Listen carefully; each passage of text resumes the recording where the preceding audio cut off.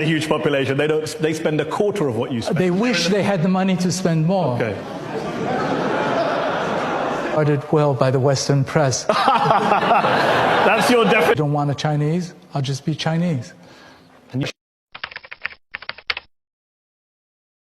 Ask you this, you were born in Taiwan, a capitalist society. You moved to the US as a child. You studied at NYU and Princeton. You worked at the UN. But in 1975, I believe, you gave up your Taiwanese passport and your US green card to become a citizen of the People's Republic. What made you give up all those liberties and freedoms and move to China? I felt quite oppressed in the US. Okay. I participated with Martin Luther King in the Civil Rights March in 1968. Wow. And against the war in Vietnam. And I had one of my fellow students at Princeton beaten to death by rednecks just because he was Chinese. And you thought China was the place to go to get more? No, I just thought if they don't want a Chinese, I'll just be Chinese. And working to expand its form of ideology in order to bend, break, and replace the existing rules-based international order. Who's replacing rules of international order? Who's cracking down on WTO? Who's left the Paris Climate Agreement? Who's challenging the agreement that's reached with the Iranians? Who?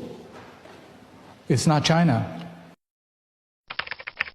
Have a defense budget which is bigger than the UK, France, South Korea, and Russia combined. And yet you announced the biggest increase for 3 years. This is not just about words. Oh, when the US still continues to challenge, as they do, for entering Chinese territorial waters, however you look at it, the total amount, it is still insignificant compared to US spending. Insignificant, but you spend more than the UK, France, and Russia combined, 3 nuclear powers. The 3 nuclear powers in terms of population, that's up to how many? What's population got to do with your military spending?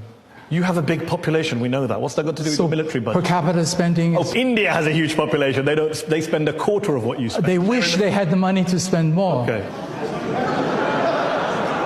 Let's talk about something where it doesn't directly involve the United States, the South China Sea arbitration. Vietnam, Indonesia, Brunei, the Philippines, they've all been upset with Chinese behavior in the South China Sea, with China taking these reefs. All the discussion about South China Sea has been so-called freedom of navigation. When was it last time you've seen a blockage of freedom of navigation? And when was the last time you heard the countries you've named, including Vietnam, raise an issue on China and South China Sea? It's only your friends, Americans and Australians, who are jumping up and down all over this.